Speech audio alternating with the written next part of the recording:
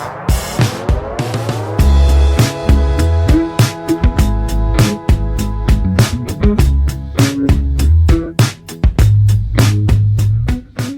decided to embark on a business intelligence project with data analytics components.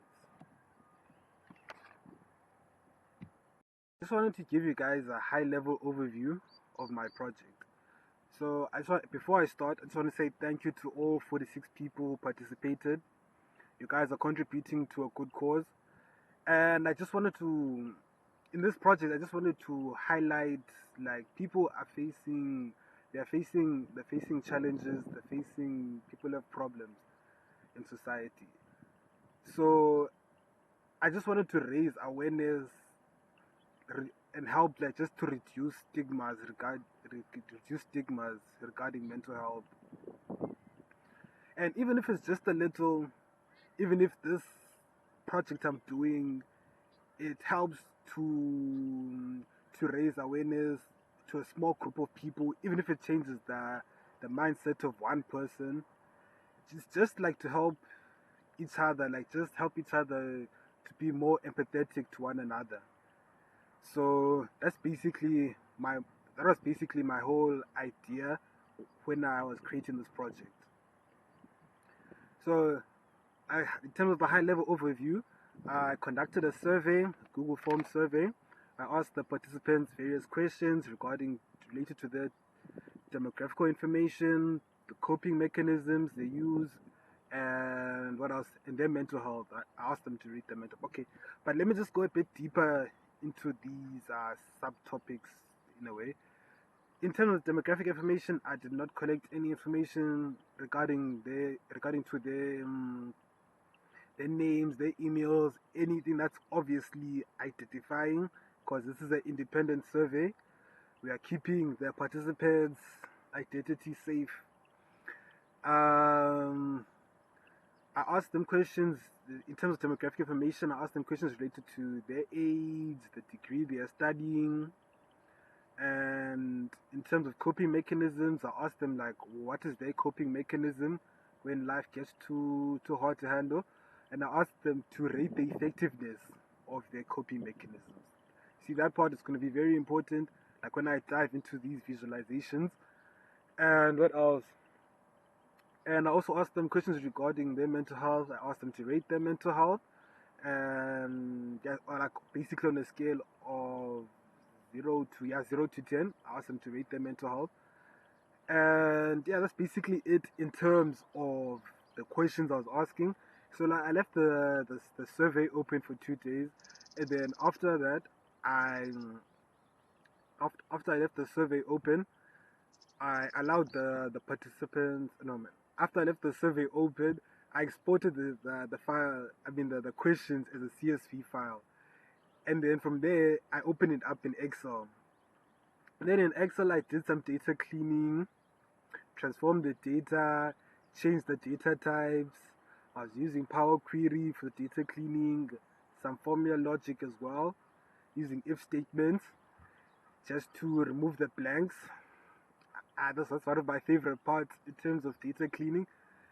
Just using like the formula logic, just like it's a nice challenge to yourself to use formula logic to clean data up. But I also use Power Query. Power Query it's a very helpful tool in terms of data cleaning on Excel. And then after I was done cleaning the data, I created a star schema because this is a business intelligence project. So I created a star schema for the great performance it has in Power BI. I created a star schema, and then I created the fact table, the dimension tables in separate CSV files. The star schema and those separate files I mentioned. I then exported the data into SQL. But before I get to that, I created a star schema in MySQL, and then using a create statement, and then from then after I created the schema in MySQL, I imported the CSV data into MySQL, using the table import wizard, and then after that, I was able to conduct some exploratory data analysis, which was an exciting endeavor in a way, because SQL is my favorite language. So conducting exploratory data analysis is always fun. So I conducted some exploratory data analysis just to find a few insights and just to find questions that I want to center my visualizations in Power BI on. So the visualizations is basically what you guys see here. So then I found the questions, like I found what I wanted to work around, like the questions in the data that I want to work with, the different columns. I already thought of the different types of joins. I was creating different types of joins on SQL. And the way that the joins work when you use the star schema is quite interesting. It's quite interesting and effective. And then after I conducted my exploratory data analysis, I found the insights I was looking for. I imported the data into Power BI.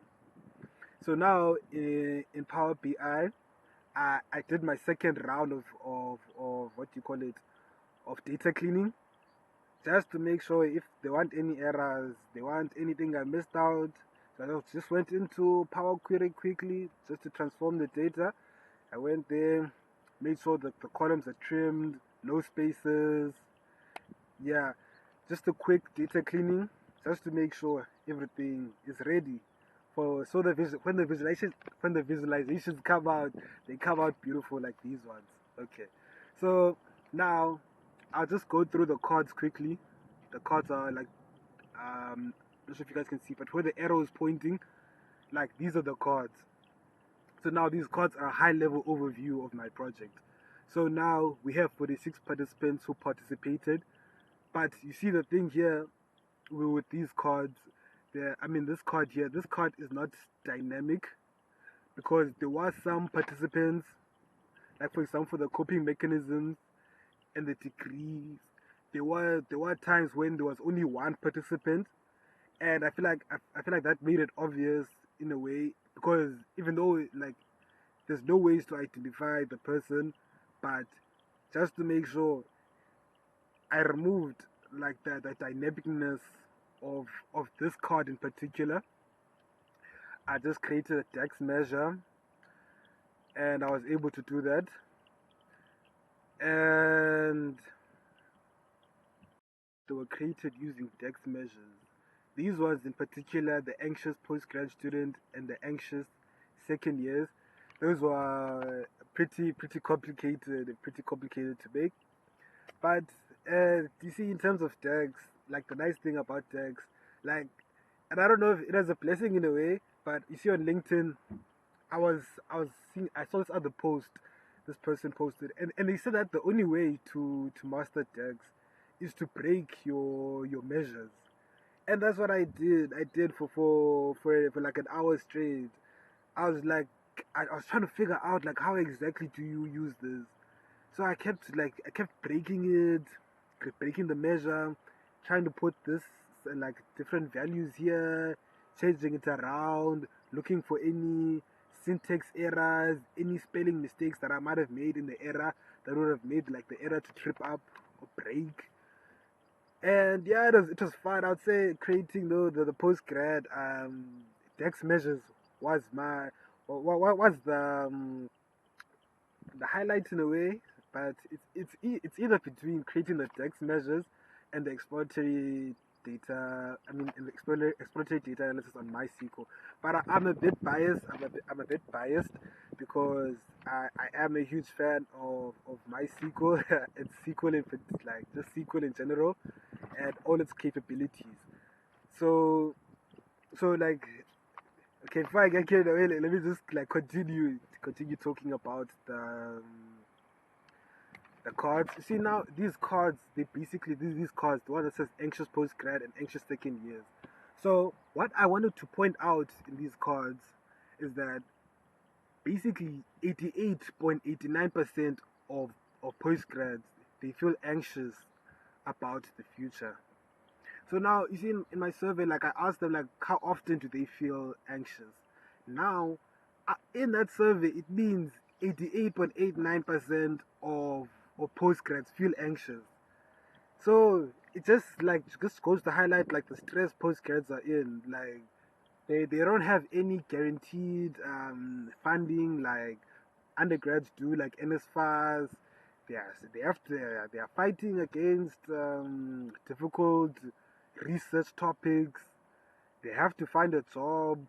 Like postgrads are going through a lot, and we can clearly see that highlighted here.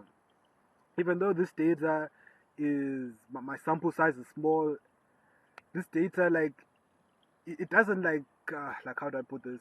The sample size is small, but it doesn't take away the meaning and depth of this data. It just goes to show like because like on a sample size of 46 people, you can't validate any trends, but it just goes to show that if 88.89% of postgrads who answered they feel anxious, it just goes to highlight that postgrads are going through a lot. And then like here we see second years here with the second years they have 40% of second years often feel anxious. And not to undermine the struggles of second years, because like we're all going through a lot, or all going through a lot, but second years is like the difference between second years and postgrads, it's almost double. In terms of the visualizations, I'll just be tackling these ones here. I just wanted to, before I tackle them, I just wanted to talk about the dynamicness of Power BI. So in terms of dynamicness of Power BI, you see when I click here, religion for example, it shows like the average mental health of men who use religion as a coping mechanism, and that is 7.33. And I think that is very impressive, guys. Even though my sample size is small, so it can't be used like my insights. They can't be used to justify trends over a larger group, but it doesn't take away from like these insights, and these insights they do reflect student sentiment. So even though the sample size is small, it's valid. It reflects student sentiment. So in terms of the coping mechanisms, the first visualization I'm going to talk about, I compared the coping mechanism to the effectiveness of the coping mechanisms. So I asked the students to give me like their coping mechanisms, and then I asked them to like rate the effectiveness of their coping mechanisms. So like I basically had like a few of them in like a multiple choice format basically in the survey, and I just wanted them to choose like what uh, coping mechanism they use. Some chose watching movies. Some chose the highest coping mechanism with 8 is therapy. Then the second one is religion. That's good. It shows people are turning to God, which is always a good thing. There's exercise here. People also indicated sleeping also is a effective coping mechanism. So guys, make sure you're sleeping well, getting those 8 hours, guys. It's good for, especially if you're a student, getting those 8 hours. Wake up early, then start grinding again. Don't compromise your sleep. Don't compromise your sleep. Sometimes it is necessary to compromise your sleep, to pull that all-nighter just once in a while, just to make sure that you're able to dominate that exam that you're writing. But yeah, so don't compromise your sleep, or because like you can see here, it is clearly an effective coping mechanism. And as well, talking to friends, like that's good, guys. Talking to your friends, it does help. It helps. Does help. Like community. And at the end of the day, we're humans. We're social beings. So just talk to someone. Reach out. We shouldn't be suffering alone, guys. Reach out. And yeah. So I tackled that visualization. Now the next one I'm going to tackle is the average mental health per by degree. So So here we see that the average mental health, the highest being accounting, having an average mental health of 8. The next being, the lowest being library information systems as 3. So an important insight that I discovered. So now an interesting insight I made is that BA students, they have some of the highest participation in my survey. Thank you guys, thank you guys. I appreciate it. But they have some of the highest participation. So now this means that compared to other degrees, they have some of the highest, second highest in particular, second highest participation. So now this makes the insights I gather from them more statistically sound compared to other degrees with 1 or 2 participants. So now I thought to myself, why do BA students have low mental health ratings? And I'm like, no, BA students, they do modules like sociology. So now these modules, like, they have to write essays about like what's going on in the world. They have to write like on their thoughts on this. And I feel like these modules, they force BA students to become more socially aware of like just of themselves and like what's going on in the world. So like they're aware like of social injustices, oppression of black people, oppression of genders. They they're basically more socially aware. And now this acts as a double-edged sword. So like because like they now see, they can see like, no, the world is not sunshine and rainbows. Like they see the world for how it is. And I feel like compared to a degree like more STEM focused degrees like comp sci, for example, which focuses on computers, coding, theory of computers. I think they have some physics and maths there as well.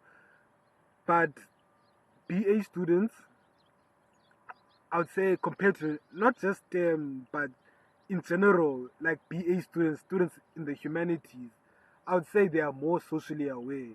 And this acts as a double edged sword, like I explained. Like they can't see the world the same anymore. And and also in terms of that, like just imagine you're in the matrix. You wake up, you can't see the world the same anymore. You can't. You see that you're living in a program.